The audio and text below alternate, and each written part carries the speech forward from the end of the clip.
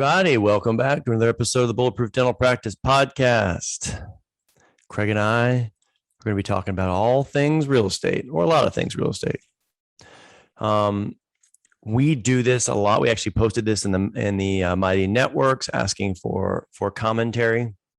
Craig, you should pull that up while I'm chatting.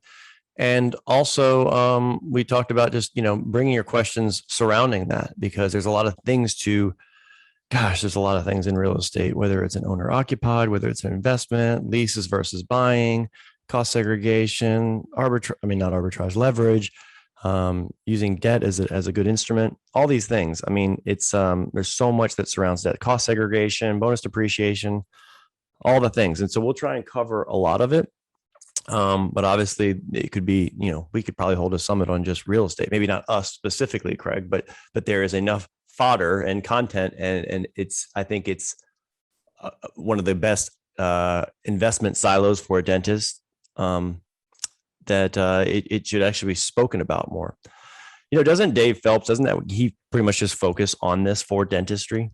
Yeah, I think I think it's residential stuff, but I mean, whether it's Gary Kiyosaki from Rich Dad Poor Dad or Grant Cardone. I mean, there's no shortage of people that love the real estate play and as a way to increase wealth and as a tax efficient strategy as well. I mean, we were just talking before we hit record, inflation. I know there's no inflation. I know there's not. Well, no, they've conceded that there's inflation, but it's transitory.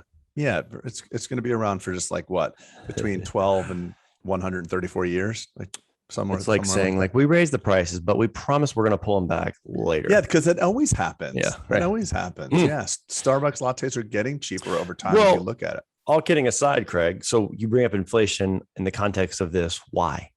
Well, because we have a moment in time right now, a very interesting moment in time where interest rates are still low, meaning that you can borrow for hard assets like real estate or your office or investment properties, and prices are going to the moon and inflation's happening. So if you can borrow at 3.5%, 3%, 4%, and you have inflation that's being reported at 5.6, that means that inflation is going to drive those cost of assets higher.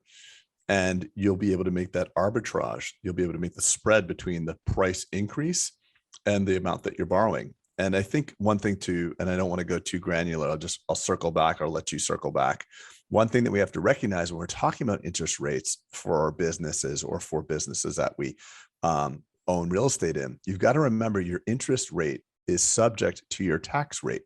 So make it real simple. If you are borrowing at 3%, and your tax rate is 38%, you are actually only paying 62% of that interest rate. So your real cost of money is 1.86%. And I'll leave a pin in that right now because we went really granular, really quick. You did. You went quick into that, and I think that escalated quickly. A level two 201 class you just went to, but let's zoom out for a second. Sure. So there's essentially kind of two types of real estate for all intents and purposes we're talking about here. There's owner occupied real estate, and there's an investment real estate. Owner occupied is what most dentists who own their building are in. Obviously, they're the business, their own business practice is occupying the building. Typically, that's more favorably looked at by banks because they know that you can get a better percentage rate of borrowing your money. Your cost of capital is cheaper. It's less risky for them. Less risky, right? Especially with dentistry. So the other one is more of an investment only, where you have no future intent to occupy that building, and you're simply buying it, analyzing the risk from an investment standpoint, like you said, Craig, borrowing the money at, let's say, 3 or 4, and then taking advantage of the cap rate or capitalization rate that's going on the investment of just the money. Okay, so you have let's just talk personally for a second. Yeah, you are getting into your first piece. So you had your giant building right now has been your owner occupied building in your dental practice, correct? And you're just now getting into the space. This year, you got into the space of investment property only, correct?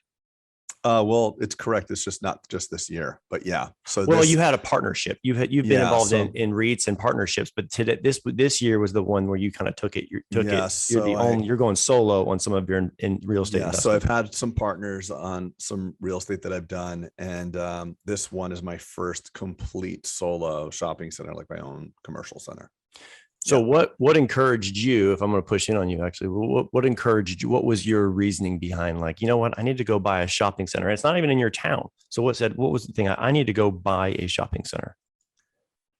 Well, it's a couple. So what happens is you get old enough, and I'm 50, you start to see these long-term trends and you start to get some confirmation bias of like, damn, I knew this was going to be a good idea, but I didn't pull the trigger. And you really just trying to analyze, as part of a longer term investment strategy, like what's the best way to do things and tax advantages and stuff like that. I happen to have a bunch of friends, really good friends that are that they're in commercial real estate for their occupation. So I've watched them from afar and I've watched their playbook and I've just learned from them. And they've advised me and helped me along. And I've gone in deals with them. But this one particularly was a good area. I like the area. I've seen what can be done. I've kind of learned it as much as the barriers to entry. I've learned that. I formed relationships with banks, and I'm looking at the tax advantages of it. So as people that are, more mature in their practices and cash flow is not as apparent of a problem, and there's good earnings, you're going to get hammered on income taxes.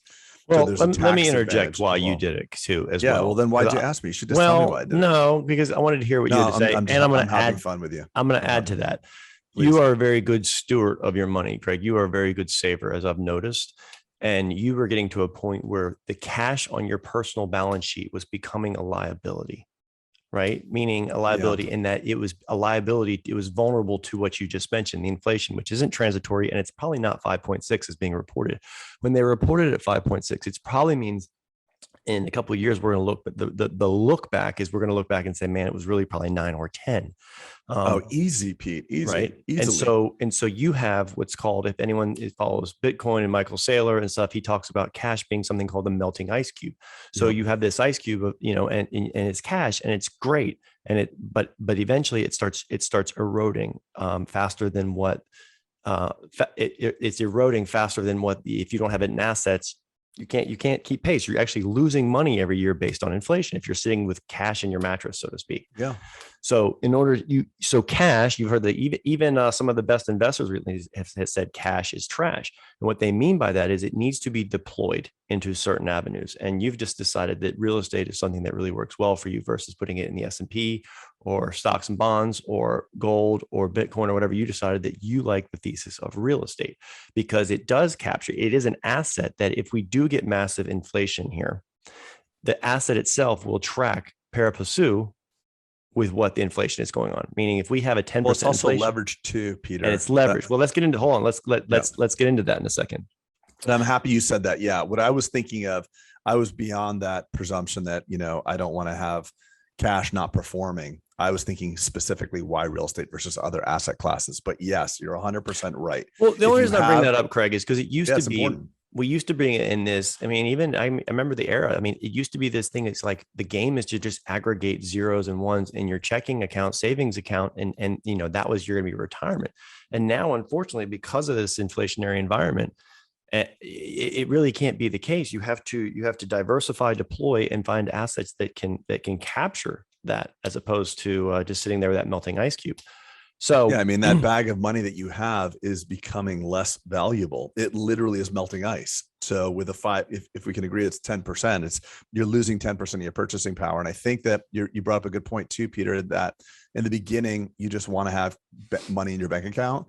And I think the reason why we get in most amount of trouble is we use outdated reasons and outdated thought for a current day problem. So your original problem is, damn, I have no money. That was a great statement, by the way. I wish you would repeat that.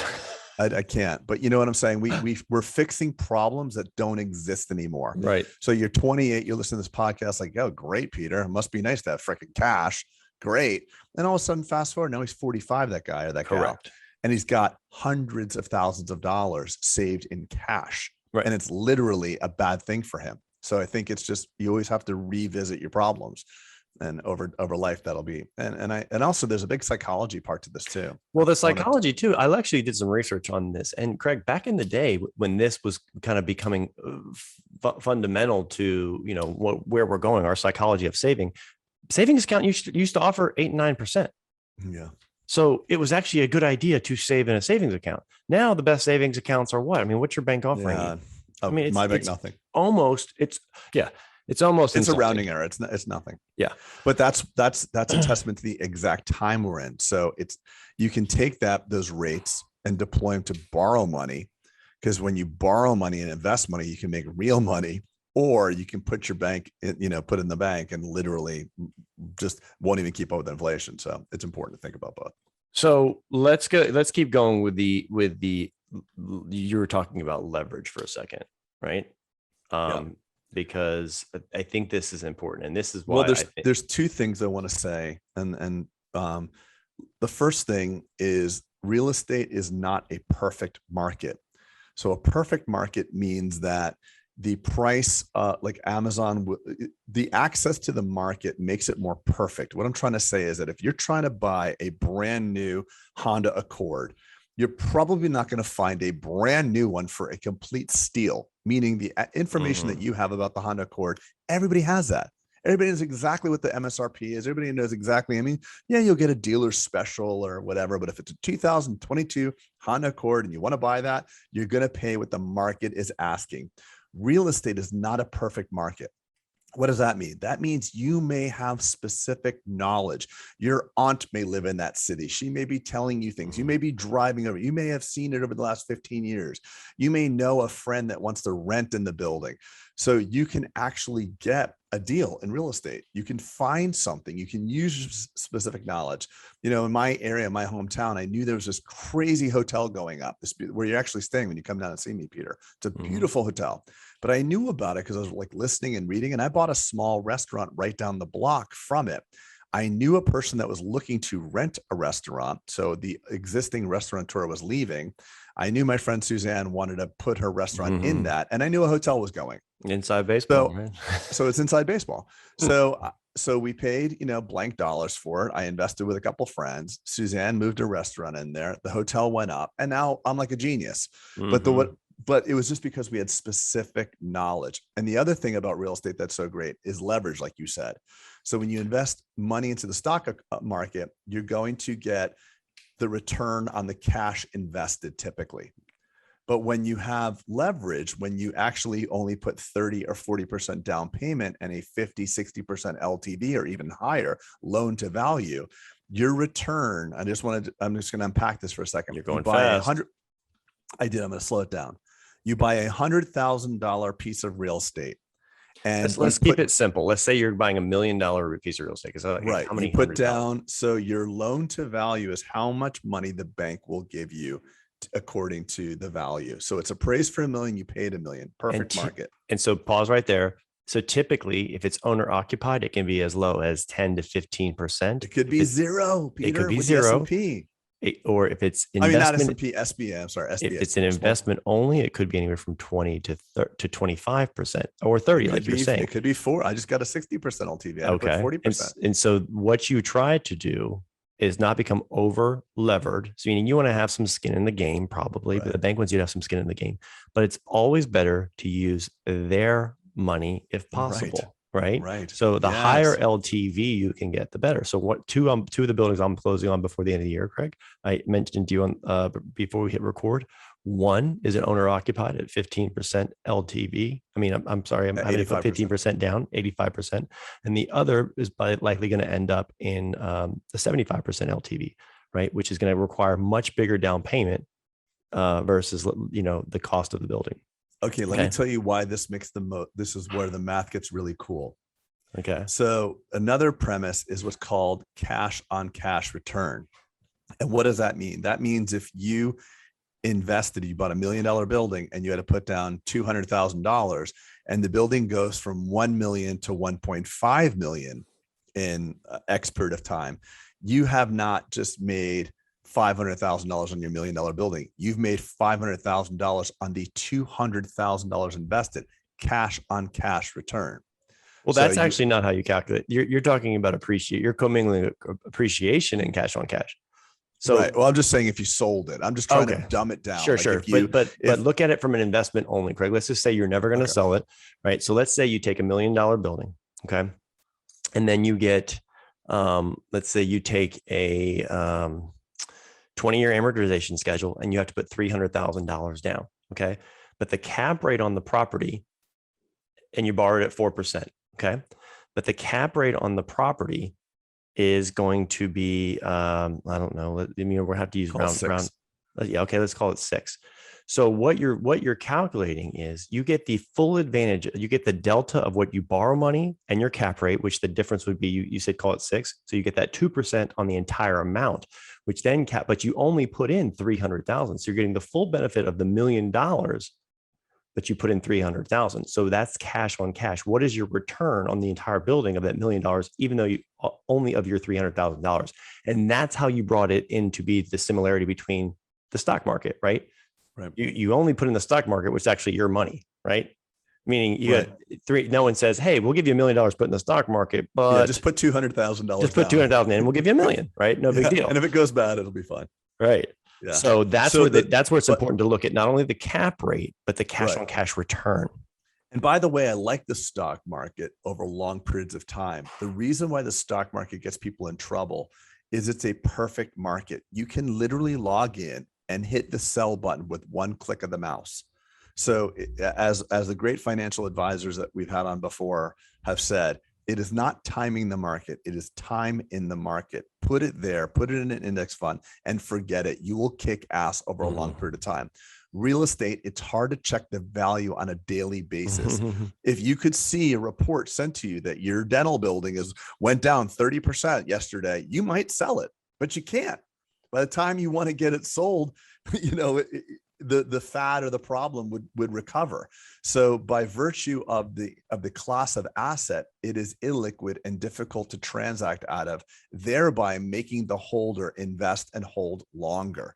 So it's not that it's a better class over one thing over another. It's just harder to hit the panic button and sell it. And by the way, we just went down a pretty decent amount of information. Well, but that's okay. Like if they don't understand something, someone listening, I mean, we're giving the terms to kind of dig in and research some of this. I mean, like, I don't really understand when we're talking about cash on cash. There's plenty of resources that go over like, what is cash on cash? What is cap rate? How do you evaluate? And by the way, we're talking about commercial. We're not talking about residential. What I like, and Peter, we've not talked about this before. What I like about commercial and again, I don't have much residential experience outside of my own houses. Tenant laws like occupancy laws, eviction laws, and stuff like that are very favorable towards the tenant of a residential piece of real estate. If your leases are done correctly, they're very favorable for the owner of the building. They're not very tenant friendly. So I think it protects the investor. Number two is that the bank is going to do a deeper dive on the analysis of its cash flow. So a bank, in order for the bank to give you a commercial loan, they're going to do an underwriting process where they're going to make you aware. Did you know that the restaurant in the corner only has 2 more years left? Because they're kind of equally yoked to you and making sure that they want that investment. Granted, it has a higher barrier to entry. And look, I'm 50 years old taking down my first piece on my own. So if you have the advantage of having friends that are in this segment, or you have people that you trust, I think the best time to do it, I was asking a question on the Mighty Network. What's one thing you would wish you started early in your journey? A lot of people said financial education, financial understanding. That is huge. Teachers, unfortunately, are not paid well, whether it's university or high school. And those are the people that are teaching us about money. They're not wealthy people. You're learning money from people who are not wealthy. And it's amazing how little understanding people have of money. So what do dentists do? They accumulate and they spend. The worst asset you could possibly buy is going to be better than the best spend you could ever make. The best consumption, yes. There you go. You know what I mean? Yeah. Like if you make a terrible investment, you lose all of it. At least you get to deduct it from your taxes. Yeah, that's true. What if you buy that beach condo fractional thing, or you buy some crazy pair of, backpack or jeans or some consumable piece of clothing or a brand new BMW? The minute you drive it off the lot, it's gone. The value is gone. So, and what do you do with that? You can't like write that off. Like, Nope. I lost all that money. So go on. We're going all over the place. No, it's okay. But that is the subject of real estate. Unfortunately, it's all over the place. The next topic I want to talk about is something called cost segregation. And by now, I feel like I beat that drum enough on Summit. I guarantee this is news for people. But like the cost segregation is a very powerful way to fully maximize your deductions. So let me explain. So typically when you buy a building, it is your accountant will say, okay, great, you bought a building. It's depreciated over 39 years. Yeah. And that is in commercial properties. And that's super boring. And it's only 13%. I mean, it'd only be a couple percent a year that you get to deduct. But the thing is with a cost segregation, what you do, you have to get a cost segregation study done. And typically it costs about $5,000, $10,000 maybe. But if it's a big enough building, it actually becomes worth it, because what they do in a cost seg is they go in and they look at things are depreciated differently over time, meaning windows and doors wear out, landscaping, Cat 5, they pull out every component of the building as opposed to just here's the building. Segregate the cost. They segregate the cost of everything. They depreciate it on a different schedule, so you can accelerate your depreciation. And what does that matter? That means that instead of taking the tax savings over the long haul, you can upfront bonus depreciate that early on. So for the first couple of years of your new investment, you could abate much, if not all, of your income from that property by doing that. Yeah, not only that, you could actually abate some of your income taxes, not related to just that property, but your income taxes overall, right? Yep, of course. Because you get the advantage of going back to, we were talking about the cap rate. You don't get the advantage of just putting in the $300,000. You get to take advantage of the $1 million deduction over time. Right. So it's almost like, like Dennis, who will buy for instance, like a Serac right before the year ends, right? Because they know that they get the $100 and whatever $1,000 write-off, the write-off right before the end of the year. And you get to write it off, even though you didn't pay for it in cash. You financed it through Patterson or whoever, but you get the write-off. It's kind of the same thing in that the government gives you some bonus points for actually stimulating the economy. Yeah, and we're talking the way the rules are written right now. But, of course, it's important. If there's something that you could buy that will make you do your job better, faster, easier, it is far better to buy that than actually pay taxes on the earned income. For those of you who have accountants that you're not meeting with at like this Q3, Q4 time of year, where you actually still have time to buy something that you might need for the practice, get an emergency meeting with your accountant. Because often, like in my earlier times of my career, I was surprised by my tax bill. It was too late. So it was like December 25th and like, oh, we're doing your estimated taxes. I'm like, oh, cool. What do I owe? I owe that? Well, shit, I wanted to buy that Itero. Why didn't you tell me in June? Why didn't you tell me? Well, you didn't ask. Yeah, you didn't ask. So if you haven't done that, these are things you should be looking at. We segued again, but I think that's no, I don't feel like we're segueing. So at this point, real estate is sexy enough, but now we're going to talk about something called bonus depreciation, which, depending upon the president at the time, depending upon the administration, I haven't looked into that actually, but I don't think Biden has directly proposed to eliminate or reduce bonus depreciation. Not yet, no. So bonus depreciation is just fascinating. Okay. So what it allows you to do is to write everything off under one 15-year life, one term. So it changes. So under the current law, 100% first year deduction for the adjusted basis is allowed for qualified properties to be written off. And then potentially it's phased down through each year. Like from 2026, it's going to be dropping, right? So this bill is going to be expiring after 2026. Yep. Okay. So, I mean, if you take advantage of this, you can literally get away with paying close to nothing in taxes, depending upon the size of the real estate that you're taking down. And this is all legal. This isn't tax evasion. This is the way of course, these are using the rules. This is the way the code is written. Okay. It's funny. It's funny that the IRS, it's almost like, hey, they encourage this actually. Well, I'm going to play a game with you, Mr. Taxpayer. I'm going to write the rules. I know the number you should pay. You tell me what you think you need to pay. And we have to come up with our own, basically, we and our accountants have to guess what we need to pay in taxes. according to the rules. So the rules are written such that we interpret them. And again, listen, when you take property and you wind up, completely depreciating it over a lifetime, and then there's a recapture cost. There's a day of reckoning coming. When you sell the property. But there's also a 1031 exchange, which we'll put a pin in for now. Yeah. So it gets go ahead with this, with the taxation, bonus depreciation and whatnot. Then we'll talk about it's the just 1031. Look, again, let's take our same example, $1 million purchase, putting 30% down, right? You put in 300K as your chip on the table, but that $300,000 is 100% of your $300,000 investment, right?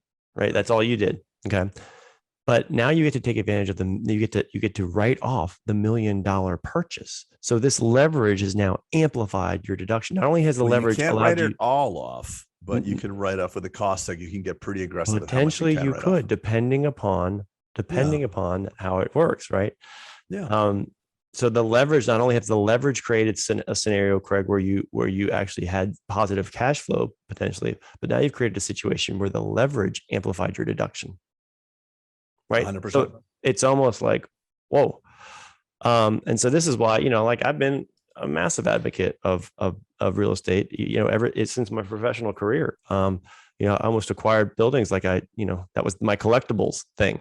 And so this is like my 9th and 10th building that I'm buying. Yeah, good for you. Well, That's awesome. I don't mean that as a humble flex. It's just like, I think I've actually said this publicly. When I acquire or accrue money based on work efforts, I get nervous when I deploy it. I look for opportunities in real estate because I'm not a good investor of the stock market. I'm a shitty picker of stocks. And you might not, I think you said something about discipline too. I mean, listen, you're always going to make your mortgage payment. It is forced savings. 100%. You cannot, we all know, at least, financial planners will tell you, oh, you have to make sure you save this much per year. Like, that's hard to do. You will not ignore a mortgage payment. It will happen. Totally. It's forced savings. Like you said, it's forced savings, and it's forced, going back to Pearson's Law, and I don't want to put a pin in that, but you and I talk about we track our net worth over time, as opposed to like, well, how much do I have in savings like that? We don't track that because we don't care. The big master game is tracking your net worth over time. And so it's interesting to see like, man, I didn't really make much. But then you look at what you abated on the principal of what you owe on the building over time. And you forget wow, every month I'm actually increasing that on just this property, $4,000 a month. Right. Right. So if we're talking to you now, so let's just say you're a dentist that works for yourself and you own your own building. Mm-hmm. And you tell yourself, oh, I make 150 grand a year because that's what your practice pays you. Mm-hmm. It's not being true. So at the end of the year, you have to say, I made 150 grand for being a dentist, and I paid blank dollars in principal off on my asset. So whatever that is, you have to add that. And then if your practice increased in value because you're killing it and you're doing better, you have to add that. So I think we we start off as employees or working, for ourselves, and we don't have any assets. The only thing we're counting is how many, basically you're a sheep herder. How many sheep do I have? I have 4 last year. I have 6 this year. But you know what? If you're acquiring assets along the way, you have to add that as well. We had one of our masterminders say, I'm only making blank dollars and I have a blank dollar payment on my building. And I'm like, well, every month, 50, 60% of that is your principal reduction. So you have to add that to, it's forced savings. You put it from right pocket to left. You didn't spend it. Yeah. You get it one day, right? It's just delay your save. It's your own savings account. I like how you say that. And the funny thing is, Peter, you and I are getting to the age where it's like 15, 20 years have gone by. It matters. It's like, oh shit, like that thing is paid off. Like that huge number is paid down to what? Yep. Like, cause at first it's like you're chipping away, but it's like the law of compounding interest can work for you or against you, the compounding effect. Talk to 1031 real quick, just cause you mentioned that. So essentially, the taxes that you've saved have to be recaptured at a certain point. But at this current time, there's what's called a 1031 exchange, which means in very simple terms, again, Peter and I are not tax professionals, but we understand the concepts, and these are concepts you need to at least get yourself familiar with, is that when you sell your property, you can redeploy in a tax in a zero tax environment, Yep. redeploy that money to another piece of real estate. So you can even take your gains into, meaning, Right. so if you bought the building for $1 million 10 years ago, now it's worth 2, you can, and if you sell the building, now you can take that 2 million and deploy it into a building, maybe 3 or 4, right? Right. There are rules for it, but Peter's essentially right with that. So you have to deploy 100% of the profits back into the new building is what I'm saying. And you might be able to, if you can't find an asset that's large enough, you can combine them for 1031. So if you have $1 million of profit, you could in theory buy a couple smaller buildings or something like that. But basically what you're doing now is you're taking a legal tax abated loan from the government. You owe that money. You'll own it. You'll owe it. Either you or your heirs will owe it to the government. But between now and then, you have the ability to use that money. Here's why it's a great strategy, especially if you're good with risk and you're a good. So let me give you this scenario, Craig. As you know, I almost sold a building this year. Okay. So the guy who was helping me, the guy that wanted to buy it? Was he crazy? Well, you were one of them. I'm just joking. And so ultimately I decided not to, but it was going to be in a 1031 exchange. And here's the interesting thing, because the building was being sold for around $2 million. Okay. And was owed on it is about 800. He was actually talking in a scenario. The guy who I was helping, he's like, look, you can take this and lever back up. So I levered the first time and I could relever it. Now I could get into a $5 and $6 million piece of property by 100% you could relevering up on this. So this is how, you hear people with talk about, find a wealthy person, ask them how they created their wealth. It's a lot of times they had their own business. It's software, it's tech, it's something, or it's real estate.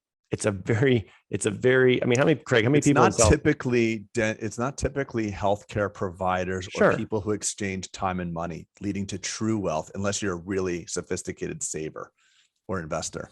But it's true. I mean, it is, at least anecdotally in my world, it is usually real estate in my world.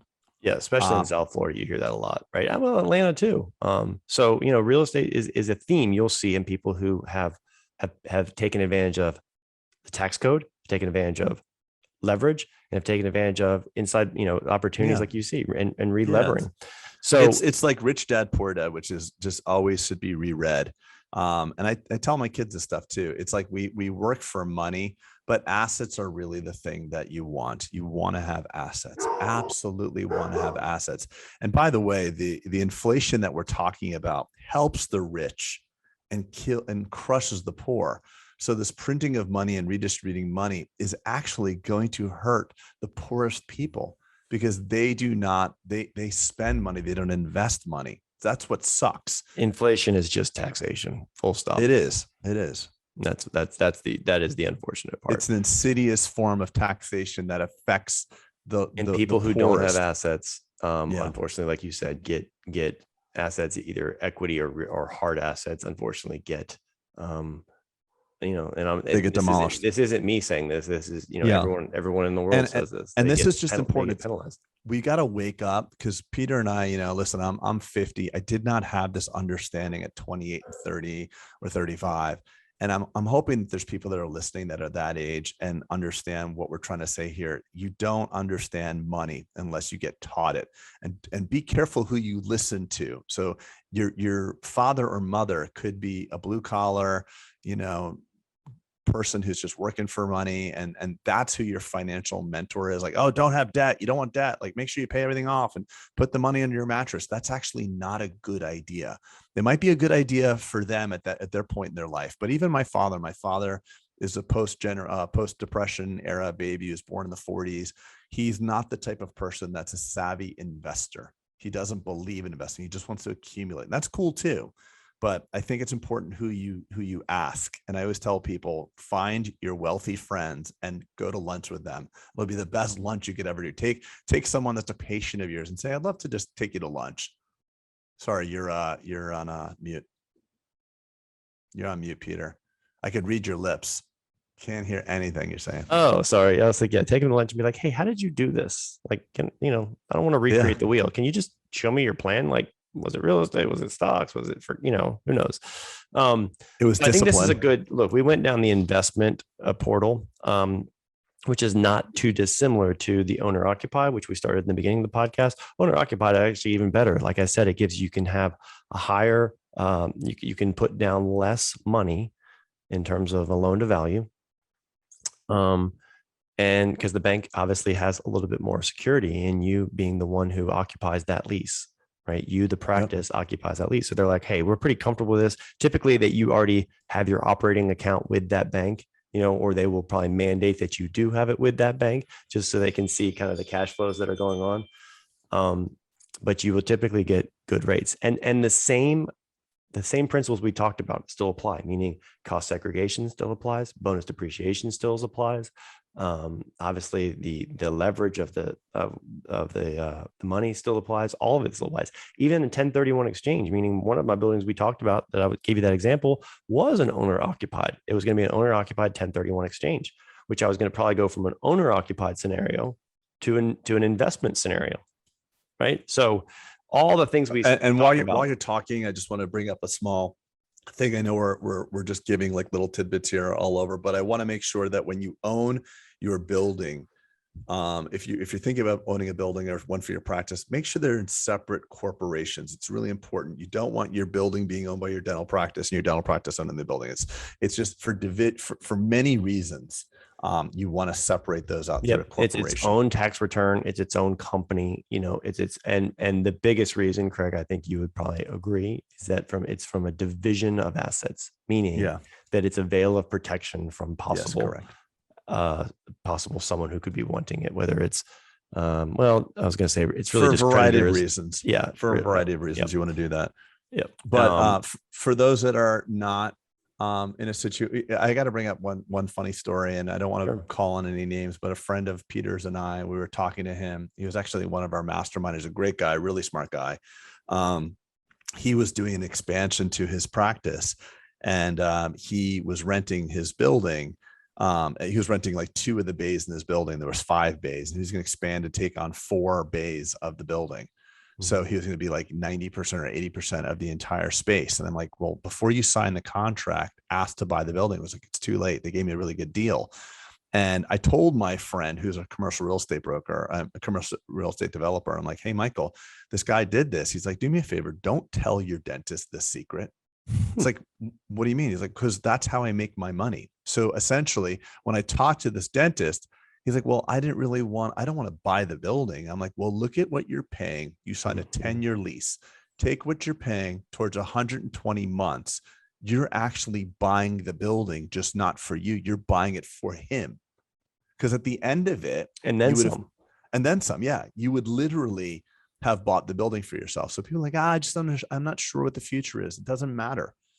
It doesn't matter. You got to really think about those types of things. But I think it does matter. So I like that you brought this up, because we talk about it like it's this bulletproof investment thesis. And like, look, I know a lot of people who've also gotten wrecked in real estate, and it's not the owner occupied scenarios typically, unless the business goes belly up, right? You typically, your owner occupied is going to be okay. Hence why the bank says, you can put 0% down almost.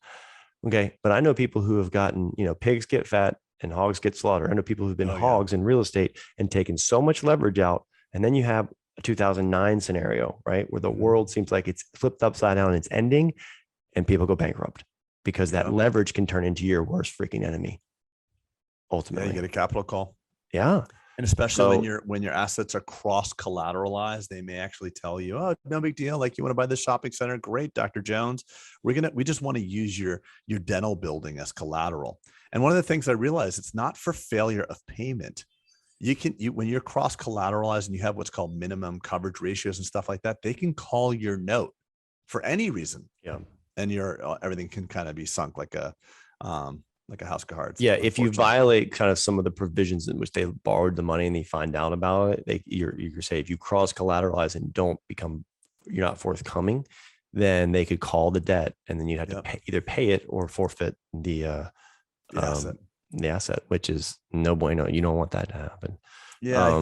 I think we're what I'd really like to impart upon the people is, obviously there's a game to be learned. With this, there's rules, but everything is free now. The education, this podcast is free. There's so many tools available to you.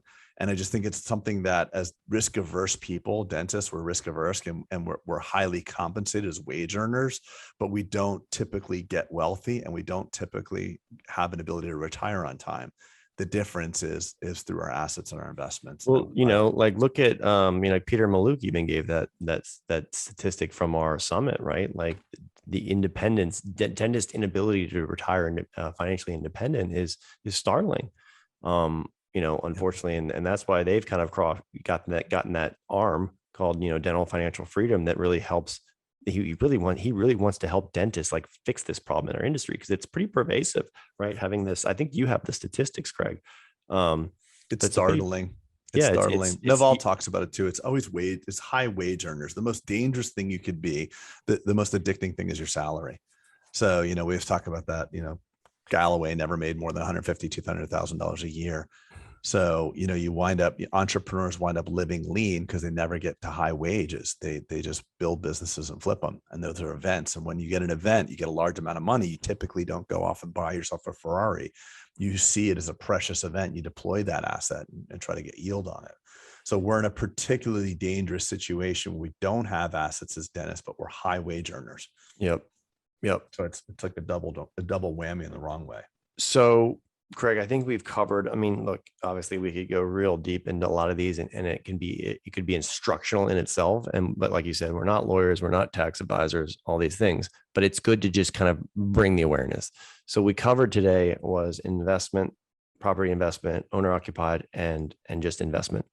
What I'd like to do is continue this topic, talking about real estate, because we always seem to get a lot of questions regarding like a ground up buildings, right? How do you build up your own dental practice ground up? Do you use dental contractors? So this is still in the umbrella of all things real estate. I'd like to kind of talk about, because I'm looking at some of the questions we've gotten even from past summits, like what architects do you recommend? Do you use one that's dental specific?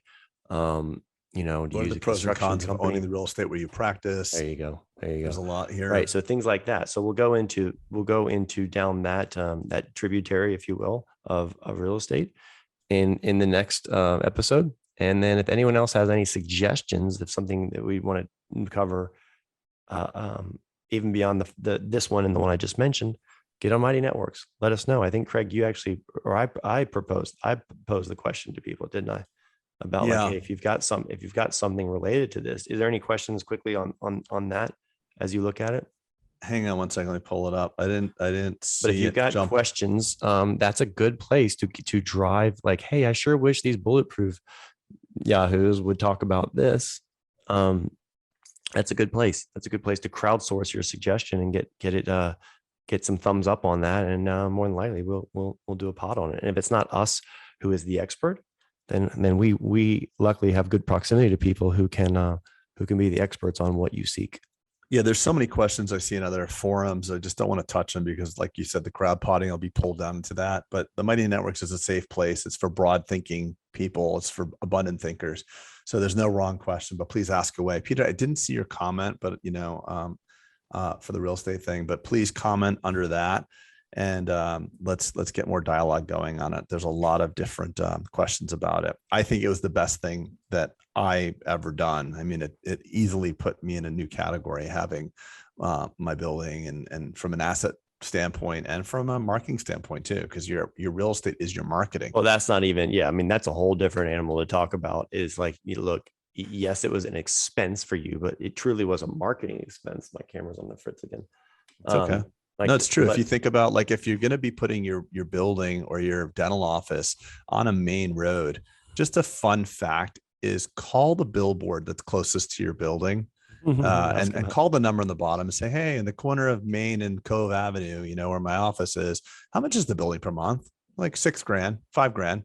Okay, we'll put that into your mortgage payment then. Like, think of your mortgage payment as having $5,000 cut away from it, the billboard that you did. So. And it's the true. I mean, it's the true. That's the true cost. All right. Well, I actually can't find it either, Craig. I hope it posts. But if it hasn't, we'll get it locked and loaded for the next the series on this. Anything else, buddy, in closing? Get on those summit tickets. Get on them. We're excited to see you all, and keep going onto the Mighty Network. Ask your questions. There's no dumb question. I'm sure if you have some burning question about practice or challenges that you're going through, I guarantee you we're all going through the same thing. It's good to have that camaraderie and network. So please use it. I get to see you in a few days, buddy. I'm headed down to Miami for our one of our in-person mind events, and I'm seeing you this weekend. Gonna be cool. Coming in on Thursday night. Yeah. So actually, I did find the thread finally, and Tommy Dooley actually said how much. Yeah. So some of these questions we actually talked about, but I'll get to his question as well next time. Okay. Awesome. All right, buddy. Have a great day. Yeah. See thanks you, for everyone. listening, everybody. We'll see you All soon. right. See ya. Thank you.